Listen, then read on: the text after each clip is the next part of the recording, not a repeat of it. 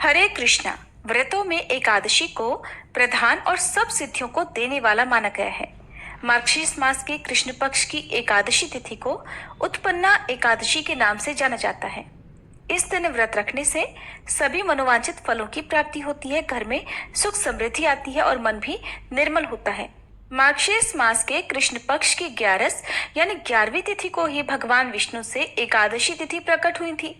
इसलिए इस दिन उत्पन्ना एकादशी का व्रत रखा जाता है और इसी दिन से एकादशी व्रत करने की शुरुआत हुई। एकादशी का व्रत आरोग्य, संतान प्राप्ति और मोक्ष प्राप्ति के लिए किया जाने वाला व्रत है। किसी भी तरह की मानसिक समस्या हो, इस व्रत के प्रभाव से दूर हो जाती है। जन्म जन्मांतर के पाप नष्ट हो जाते हैं और अंत में मोक्ष की प्राप्ति भी होती है। जो भी भक्त अपने जीवन में पहली बार एकादशी का व्रत प्रारंभ करना चाहते हो, उन्हें उत्पन्ना एकादशी के दिन से व्रत प्रारंभ करना चाहिए। कथा के अनुसार एक बार भगवान श्री विष्णु और मूर नामक दैत्य के बीच भीषण युद्ध हो रहा था। युद्ध के बीच में भगवान विष्णु जब थक गए तो वह बद्रिकाश्रम में गुफा में जाकर विश्राम करने लगे। दरअसल विश्राम करने के पीछे भी भगवान श्री विष्णु की लीला ही थी। इसी बीच राक्षस मोर भगवान विष्णु का पीछा करते हुए उसी गुफा में आ पहुंचा और विश्राम कर रहे श्री विष्णु जी को उसने मारना चाहा। तभी श्री विष्णु जी के शरीर से एक दिव्य तेज प्रकट हुआ जो एक देवी के रूप में परिवर्तित हो गया और उन्होंने राक्षस का वध कर दिया। जिस दिन ये घटना घटित हुई वह मार्गशीर्ष मास के कृष्ण पक्ष की 11वीं तिथि थी। देवी से भगवान विष्णु बहुत प्रसन्न हुए और उन्होंने उनका नाम एकादशी रख दिया।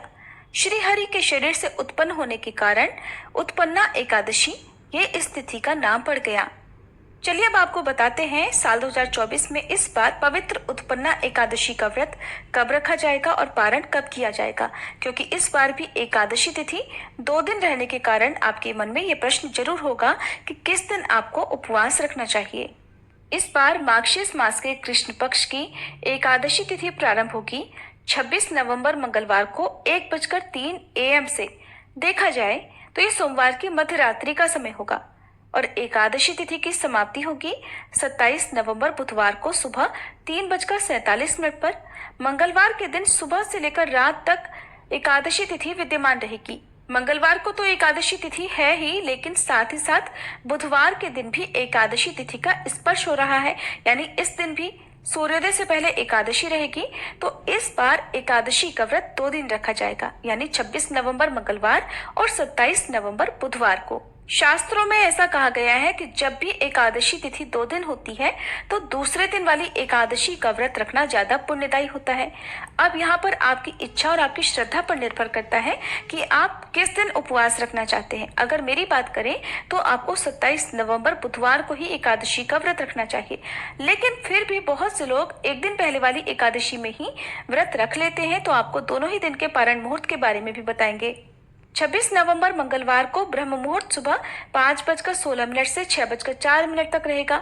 अभिजीत मुहूर्त सुबह 11:52 से दोपहर 12:35 तक रहेगा। प्रीति योग जो कि बहुत ही शुभ योग है, प्रीति योग और आयुष्मान योग में कोई पूजा की जाए, कोई उपाय किया जाए तो वो अवश्य फलित होता है। प्रीति योग दोपहर 2:13 तक रहेगा और उसके बाद में आयुष्मान योग सारा दिन रहने वाला है। प्रातःकाल पूजा का मुहूर्त रहेगा सुबह 5:32 से 6:53 तक। सायंकाल पूजा का शुभ मुहूर्त रहेगा शाम 5:24 से 6:45 तक और राहु काल दोपहर 3 बजे से 4:30 बजे तक रहेगा। द्वादशी तिथि प्रारंभ होगी 27 नवंबर बुधवार को सुबह 3:48 से और समाप्त होगी 28 नवंबर गुरुवार को सुबह 6:24 पर। अब आपको यहाँ पर एक बात का विशेष ध्यान देना है कि जब भी एकादशी का व्रत रखा जाता है तो अगले दिन व्रत का पारण करते समय यानी व्रत खोलते समय ये भी देखा जाता है कि उस समय हरिवासर तो नहीं है, क्योंकि हरिवासर की समाप्ति के बाद ही व्रत खोला जाता है और हरिवासर का जो समय होता है वो लगभग 5 से 6 घंटे का समय होता है। द्वादशी तिथि लगते ही द्वादशी तिथि के साथ साथ हरिवासर का समय भी शुरू हो जाता है। इस समय भूले से भी व्रत नहीं खोलना चाहिए। और बुधवार को इस बार सर्वार्थ सिद्धि योग बन रहा है। सूर्योदय होगा इस दिन सुबह 6:53 पर, सूर्यास्त शाम 5:36 पर। ब्रह्म मुहूर्त सुबह 5:16 से 6:04 तक रहेगा। आयुष्मान योग दोपहर 3:13 तक रहेगा और बाद में सौभाग्य योग सारा दिन रहेगा। हस्त नक्षत्र सुबह 4:34 तक और बाद में पूरा दिन चित्रा नक्षत्र रहेगा। बहुत ही शुभ दिन रहने वाला है। आपकी पूजा, आपका व्रत अवश्य फलित होगा। राहु काल दोपहर 12 बजे से 1:30 बजे तक रहेगा। हरिवासर 27 नवंबर बुधवार को सुबह 11 बजे तक रहेगा और जब तक हरिवासर रहता है तब तक व्रत नहीं खोला जाता। तो जो लोग 27 नवंबर बुधवार को एकादशी का व्रत खोलेंगे वो हरिवासर के समय भगवान की पूजा कर सकते हैं, भोग लगा सकते हैं और दान दे सकते हैं, लेकिन शुभ मुहूर्त में ही आपको व्रत खोलना होगा। 27 नवंबर बुधवार को दोपहर 1:31 से 3:40 तक का जो समय है वो व्रत खोलने का यानी व्रत पारण का शुभ मुहूर्त रहेगा। इसी समय आपको अन्न ग्रहण करना है।